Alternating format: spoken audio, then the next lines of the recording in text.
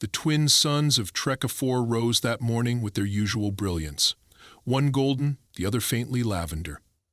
The thin atmosphere filtered light in strange ways, casting shimmering halos over every surface. Though the planet's crust was hostile to agriculture and largely uninhabitable, it was rich in volatile minerals, making it a hotspot for the Galactic Academy's research excursions. A temporary scientific outpost stood wedged between two jagged ridgelines, housing 17 interspecies students and 4 instructors, all gathered to study the chemical behavior of mineral fusions under local radiation conditions. Layla Grant, the only human in the cohort, zipped up her thermal jacket as she stepped outside the prefab bunkhouse. Her boots crunched against a layer of glassy dust, each step stirring up tiny crystals that sparkled in the air like frozen fireflies. She had been on Trekkin 4 for 3 days and was still adjusting to its 3/4 gravity, where every motion felt oddly effortless and disjointed. Most of the others, reptilian archivists, insectoid alchemists, and amphibious biotheorists, had clustered around the labs by sunrise, bustling with the structured urgency typical of Academy missions. But Leela liked to walk alone first, surveying the land in silence. The sky, usually a calm mix of muted colors, flickered faintly with an auroral shimmer she hadn't seen the day before. At first she thought it was a sunrise refraction, but when her wristband flashed red and emitted a low-frequency hum, her chest tightened. The device, a standard GAE personal monitor, was programmed to alert for severe planetary anomalies. Before she could interpret the data, the hum escalated into a shrill burst, followed by silence. The entire outpost darkened in one violent pulse. The artificial lights embedded in the walkways snapped off. The lab domes, which usually glowed pale blue, faded into gray shadows. Doors jammed mid-slide, and the air filtration system ground to a halt, leaving behind an eerie mechanical wheeze. Layla's breath formed a cloud as the ambient temperature began to drop almost immediately. She stood still for a second, trying to orient herself, but her eyes widened as she turned toward the ridge. Above the horizon, a solar wave surged, an expanding loop of electromagnetic fire blooming from the violet sun, warping the sky as it advanced. She sprinted back to the central hub, pushing her way through the rubber-sealed curtain that now hung useless in the doorway. Inside, chaos had erupted. Commander Vural, the lead instructor, a stoic, tusked being from the Merkin Confederation, was yelling into a headset that had lost all function. Beside him, an amphibian assistant blinked rapidly, trying to override the console's failure with fluid key motions, but nothing responded. The system was fried. No backup, no shield, no off-world comms. Layla looked around the room. Most of the students were staring wide-eyed at flickering holoscreens, which now showed only static.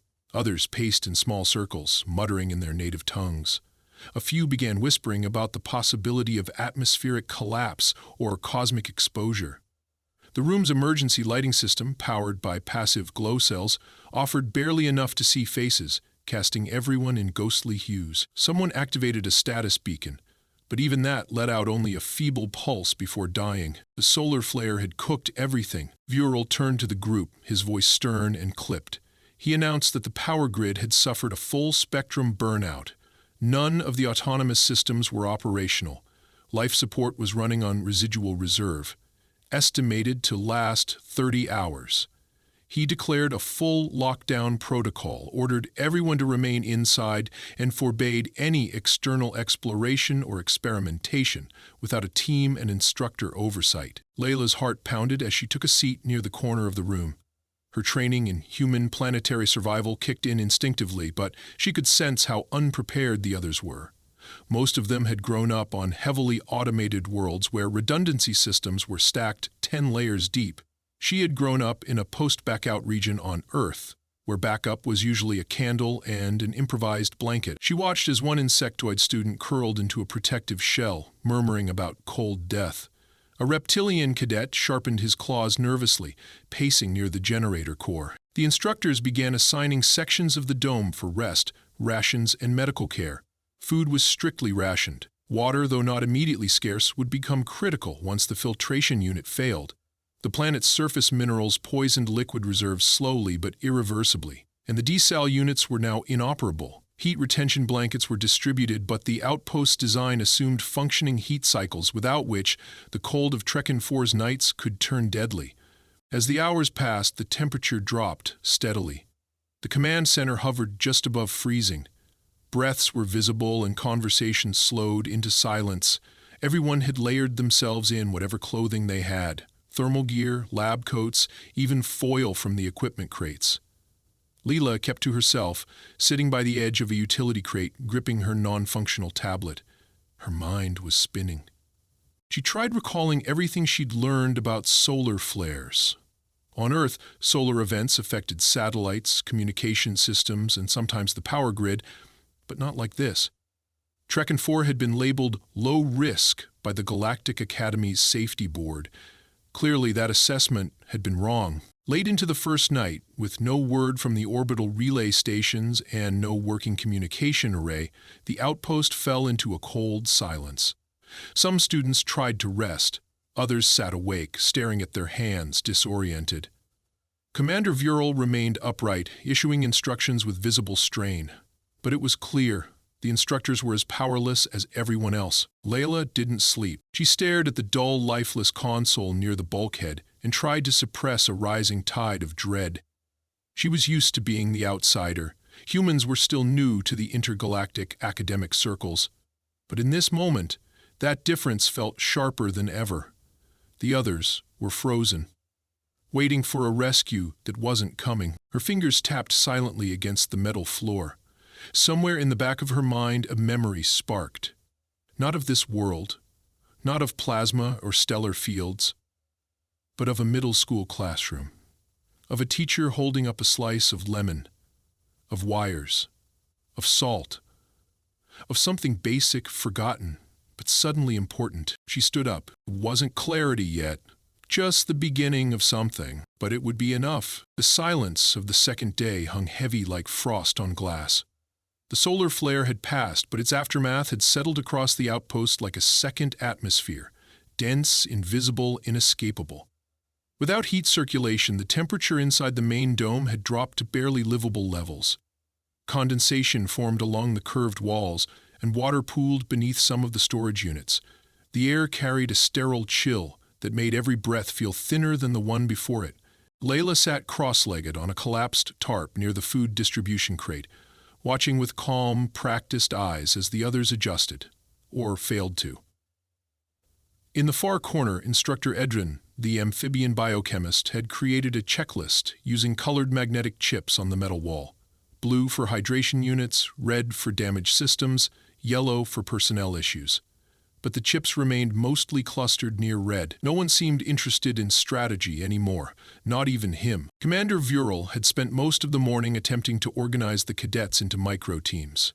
He had an unwavering belief in hierarchy. His deep, grating voice moved between orders and questions with military sharpness, but it no longer commanded the same authority. His species, the Mercans, were bred for structure. Without working systems, however, his structure became scaffolding without walls.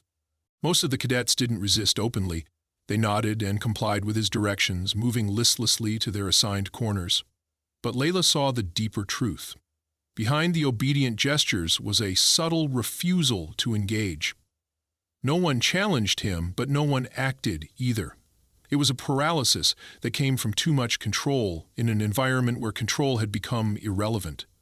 The insectoid scholar Fezzik had used his forearms to scratch a spiraling pattern into the frost on the dome wall. He had been repeating that motion for nearly an hour. When Layla approached him to ask if he was all right, he didn't respond. He just kept scratching. His breathing was shallow, his antennae limp. His people were known to suffer from hive memory dissonance under isolation.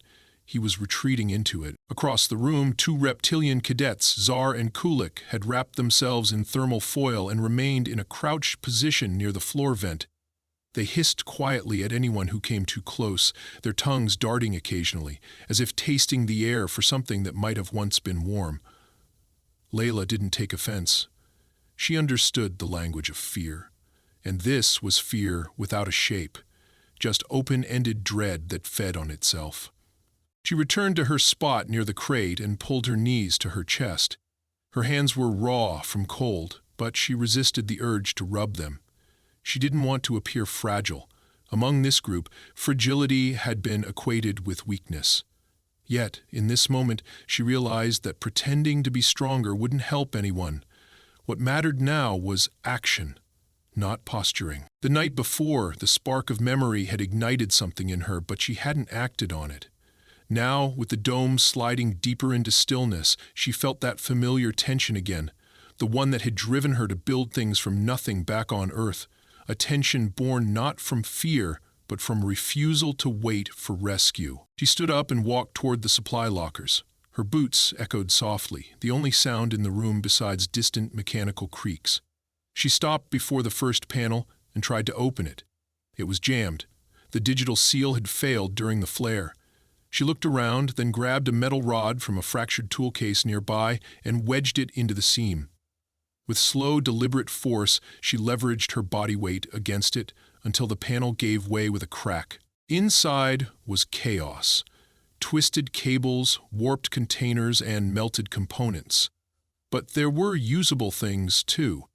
She pulled out a tangle of conductive wire, a few strips of magnesium plating, and a medical diagnostic pad that blinked once before dying in her hands. Useless. She stuffed the rest into her pack and moved on. She spent the next hour moving quietly through the outpost, scavenging. In a broken air filtration unit, she found sheets of carbon mesh.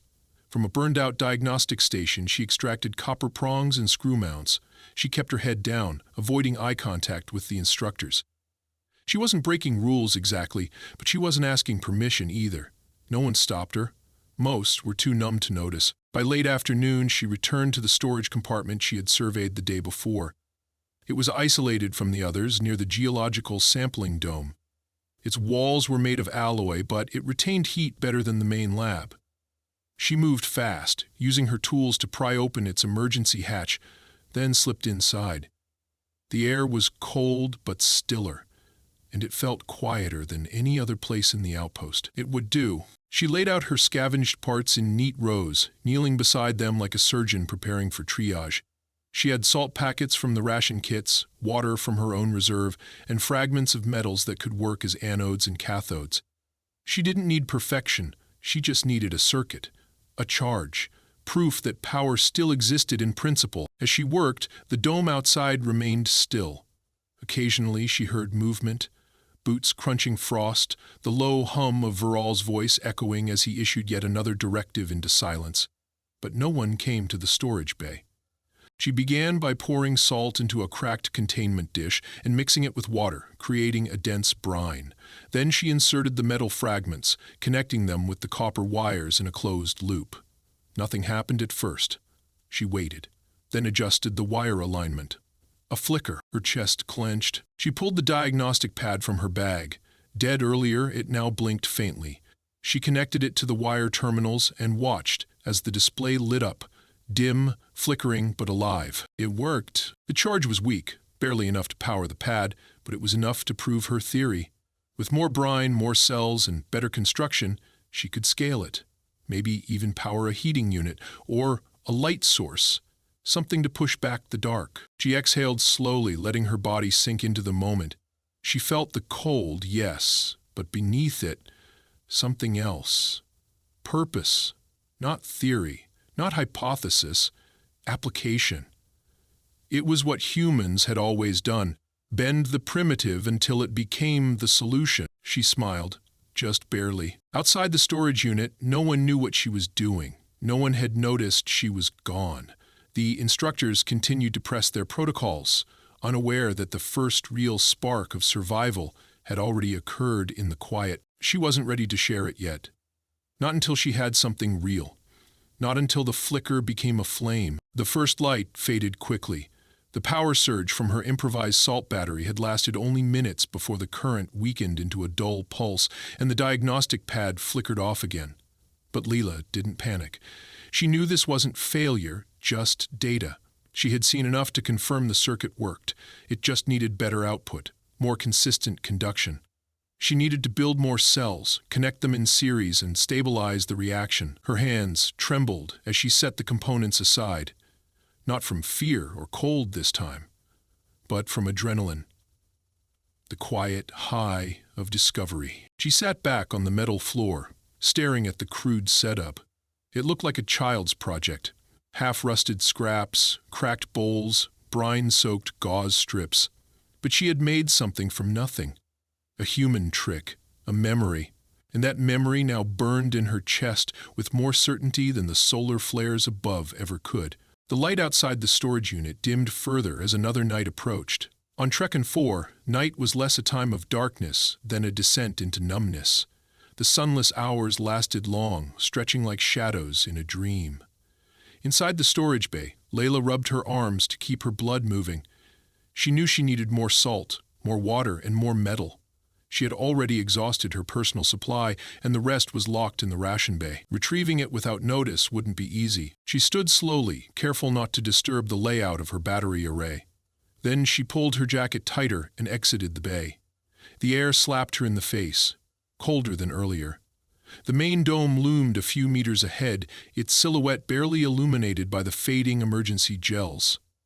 She slipped between two equipment crates and followed the edge of the outpost structure, avoiding the open path. Her boots made no sound on the frost-dusted ground. She entered through a side door, long since forced open and propped with a polymer shard. Inside, the atmosphere was thick with silence, broken only by the occasional cough or low shuffle. The cadets looked worse now, more drained, more hunched. Someone had started scratching equations into the floor with a piece of bone. She didn't stop to see who. At the ration unit, Layla crouched near the supply panel and inspected the latch. It wasn't locked, but it was loud, metal on metal with a stiff hinge. She glanced behind her. No one watched.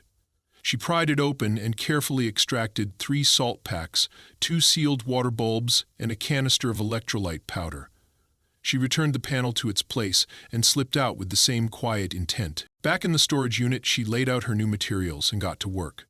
She arranged the bowls in a grid, 6 in total, filling each with a carefully measured mixture of salt and water. She inserted 2 types of metal into each one, pairing aluminum strips with copper spirals she had twisted by hand. The moment the last wire was secured and the circuit closed, she saw it. A clean, steady pulse of energy arcing through the setup. She connected it to the pad again. This time, the screen blinked on fully. No flicker, no fade, a solid glow. She exhaled sharply and smiled, her lips cracked from dryness but pulled into a grin nonetheless. Now she needed insulation, something to trap the heat from the electric flow, something to preserve even the smallest warmth. She rummaged through her tool pile and found a folded thermal blanket she had hidden earlier, one of the mylar kind used for shock patients.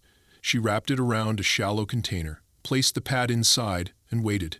Within 15 minutes, the interior of the box had warmed enough to defrost her water bulb. She sipped it slowly, marveling not at the flavor, but at the simplicity of what she'd done. When she emerged from the unit an hour later, the dome looked like a mausoleum. Bodies lay curled under blankets and tattered garments. Commander Vural sat upright with his eyes half closed, speaking softly to no one. Instructor Edrin was absent. A soft hum came from the corner where Fezzik had gone still. His breathing was faint but present. She didn't speak. She walked past them all and returned to her crate. Then she pulled out her notebook, a spiral-bound journal that no one else cared about, and began drawing diagrams. If 6 cells produced enough power for a single device, then 30 could run a heating element. 60 could recharge a communication unit. With enough water and metal, she could create a primitive power grid. The next morning, or what passed for morning in this lightless cycle, Zar, the reptilian cadet, noticed the glow under her blanket. He approached in silence, his head tilting. His voice rasped as he asked where the light had come from. She hesitated, then lifted the edge of the blanket and showed him the pad, the wire, and the crude battery. He recoiled slightly, his scales tightening in a reflexive twitch, but he didn't leave. He watched. When she explained how she made it, he didn't mock her. He asked questions. Later, Kulik joined him. By the afternoon, Fezzik had crawled out of his trance and inched forward, antennae quivering. He sat in silence while she poured salt water into the next array. Then, carefully, he handed her a piece of conductive alloy he'd been hoarding under his thermal wrap. Word didn't spread fast, but it didn't need to. The truth of warmth spoke louder than instruction. While Verl continued shouting directives, a quiet current ran through the survivors. The spark had jumped. By nightfall, the storage bay held 9 salt batteries, 2 heating elements, and a crude light array made from repurposed equipment. Layla slept there for the first time in 2 days, her face lit by the soft gold pulse of the only working energy source on the outpost. She no longer waited to be noticed. She was building. The glow in the storage bay intensified steadily over the next cycle. The battery units were no longer crude sketches of an idea. They had form, order, and rhythm now. Each cell was numbered and labeled with its voltage and material composition. Layla moved between them with deliberate calm, connecting wires with the precision of a surgeon. Her hands bore small cuts from sharp copper edges, and her nails were blackened with oxide. But she didn't care. Her project had become more than a tool. It had become a lifeline. The reptiles, Zar and Kulek, had returned that morning with metal shavings scavenged from a broken stabilizer in the landing module. When Leela tested one sample in a saline cell and the voltmeter leapt beyond its prior maximum, Zar made a low hissing sound of approval. Kulek, though more skeptical, helped her assemble a second line of cells. Neither of them had spoken to the instructors about it. Layla didn't ask why. That same morning, Fezzik offered her a flat panel from his personal rations kit, one designed to absorb condensation and store it for later. She tore it into strips and lined the interior of the thermal case, creating insulation that doubled as a moisture trap. The temperature inside the unit increased by 2 degrees. When she held her fingers over the vent hole and felt warm air for the first time in days, she nearly cried. By midday, the small crowd outside the storage unit had grown. It wasn't noisy, but it was visible. Cadets came in 2s and 3s, asking questions. Most didn't understand the chemistry, but they understood results. Even the insects from the upper bunk clusters had begun migrating closer to the storage unit, inching along the walls and observing silently through the cracks in the alloy frame. Layla had not meant for this to become public. She wasn't seeking recognition, but the light she created had become a signal. It cut through the darkness more effectively than any declaration. It gave shape to a new kind of gravity, one that didn't come from rank or regulation, but from competence. At dusk, a violet glow returned to the horizon as the twin suns shifted on their arc. The temperature dropped again. Inside the dome, the ration packs had frozen solid. Commander Verl paced near the medical station, still issuing commands that no one followed. Instructor Edrin, now visibly weakened, remained curled in a thermal cloak, his skin pale and eyes sunken. He had been coughing for 2 days, and the medical kits lacked functioning analysis tools. The battery Layla had built could have powered one, but he hadn't asked. Layla stood at the entrance to the storage unit, arms crossed over her chest. Her skin was blotched with cold, but her eyes were alert. When she looked around and saw the quiet tension across the compound, she made a decision. She walked straight toward the center of the main dome, where the communal heater unit, non-functional since the flare, stood like a dead heart in the middle of the room. She bent over it, unscrewed the rear panel with a knife tip, and examined the inner coil. Still intact, still viable. She stood up, turned, and met Veril's gaze for the first time in 2 days. "May I?" she asked. He narrowed his eyes at her, his tusks shifting as he clenched his jaw. His voice, once thundering, had lost its echo. "What are you doing?" "I'm going to power this," she said plainly. "It'll run on what I've built. Not forever, but long enough." Verl didn't answer. He looked past her, perhaps expecting someone to intervene. No one did. Half the cadets were watching from the shadows, breath visible in the cold. The others had begun standing. His authority had melted before he realized it. Layla walked past him without waiting for a reply. She returned an hour later with 4 students behind her. Each one carried a brine cell. Zar held the new coil harness she had assembled from medical wire. Fezzik dragged a damaged comms panel that she had stripped of its plastic insulation. She crouched beside the heater, connected the cells in series, and wired the loop to the ignition coil. Then she waited. 5 seconds.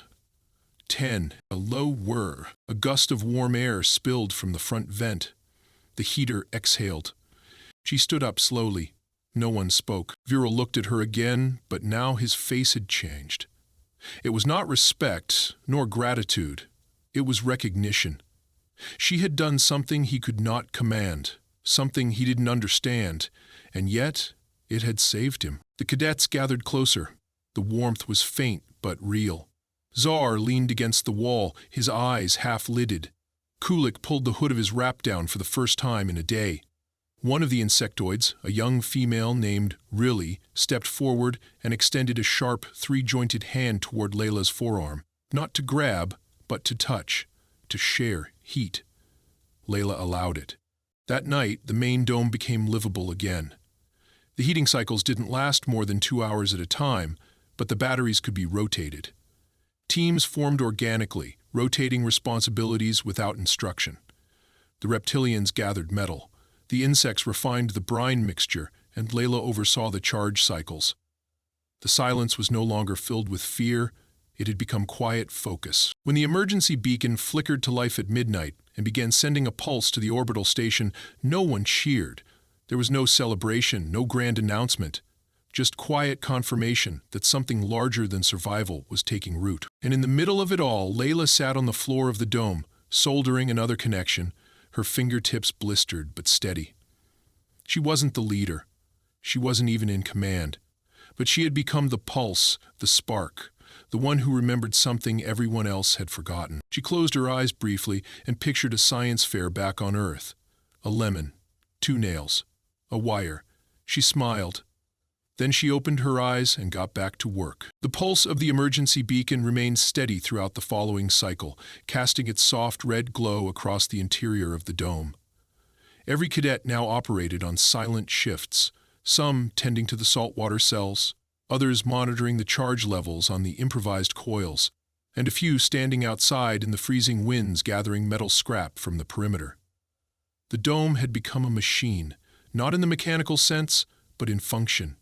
Rhythmic, efficient, and self-correcting. Layla barely noticed the cold anymore. She no longer felt the ache in her knuckles when she twisted wires or the sting of brine on her skin. Her body had adapted to discomfort as though it were part of the uniform. She moved between the stations like a conductor, giving no orders but receiving full cooperation. Her voice was quiet but always heard. Even the smallest cadets, those who had curled into corners days ago, now leaned forward when she entered a room. Inside the storage unit, the original brine array had grown into a network. Rows of cells lined the floor, nested in insulated containers and marked by coated scraps of cloth tied to their leads. Each cluster fed into a terminal block she had built from a salvage guidance panel. The system was crude but stable. With each charge, the dome gained another breath of warmth, another beam of light, another moment of clarity. At midday, the orbital response arrived. A shuttle descended through the violet sky with all the elegance of a diplomatic envoy. Its thrusters carved deep scars into the frost, and the blast of hot air sent fractured snow and dust spiraling around the outpost. Cadets emerged from the dome, shielding their faces from the wind. The landing ramp extended slowly, revealing a tall woman in black planetary armor. Her insignia marked with the emblem of the Galactic Emergency Authority. Her name was Director Halvin. Her voice was clipped and professional as she stepped onto the ice, flanked by 2 assistants. She asked for a report. Commander Viral moved to speak, but his words stumbled. His throat had gone dry. He gestured toward Layla. The director turned and faced her. Layla stood at the edge of the group, her hands streaked with brine residue, sleeves scorched from welding. She didn't bow. She didn't speak first. Director Halvin surveyed her for a long moment. Then she asked how power had been restored. Layla answered in 10 words. Saltwater batteries. Primitive method, based on human chemical design. No one interrupted, no one added anything. The director raised an eyebrow. Her assistant stepped forward, murmuring something about code violations, unauthorized fabrication, and unsanctioned risk exposure. The words came from a handbook, not from experience. Before he could finish, Director Halvin raised a hand to silence him. She looked at the dome, then at the heater unit, which still buzzed faintly, then at the cadets, awake, functional, calm. She said nothing for several minutes. Then she requested a full tour of the system. Layla led her through each part: the cell network, the insulating trench, the load balance modules, the water reclamation pipes. She didn't embellish, she didn't apologize for the design's lack of elegance. The system worked. That was enough. When the tour ended, Director Halvin walked back into the shuttle and remained inside for over an hour. No one spoke, The outpost stood still again, but this time without fear. Every cadet sat upright. Even Vural kept his head slightly bowed. When the director emerged, she carried a tablet with new authorization documents. She called Layla forward and read aloud the following line. Effective immediately, the Galactic Academy emergency protocol will be amended to include recognition and acceptance of survival systems derived from non-standard terrestrial origin methods when functioning life support infrastructure is compromised. She paused. This directive shall be known as the Grant Clause. Layla didn't react outwardly, but inside her chest something old and tight gave way. The director turned and addressed the rest of the cadets. She stated that transport was now available. A return to orbit would begin within the next rotation. Emergency debriefings would follow. Medical treatment would be prioritized for the injured. All cadets would be given commendation evaluations based on their survival action. Then she dismissed them. That evening, as the shuttle prepared for night dock, Layla stood outside the storage bay for the final time. The units inside still glowed, each one steady and humming softly. She had removed her toolkit from the far wall, packed it with the last of the materials, and sealed the brine cells in shock-proof containers.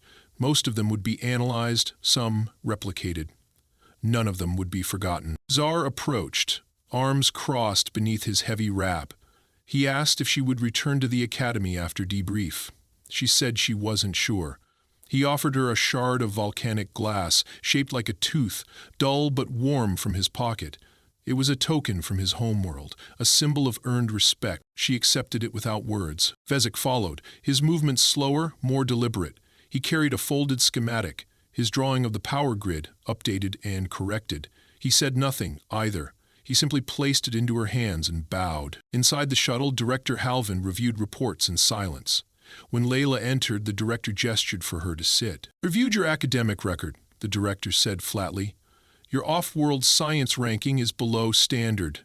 You failed 2 exams last quarter." Layla met her gaze and nodded. The director continued, "None of that matters anymore." Then she turned her eyes back to the screen. The hatch closed with a hiss. As the engines roared to life, casting light across the frozen ridges of Trekken 4, Layla sat in her seat and let the warmth settle into her limbs. Not from the cabin's climate controls, but from the fire that had started in her when she refused to freeze. She didn't need validation. She didn't need reward. She had changed the protocol. That was enough.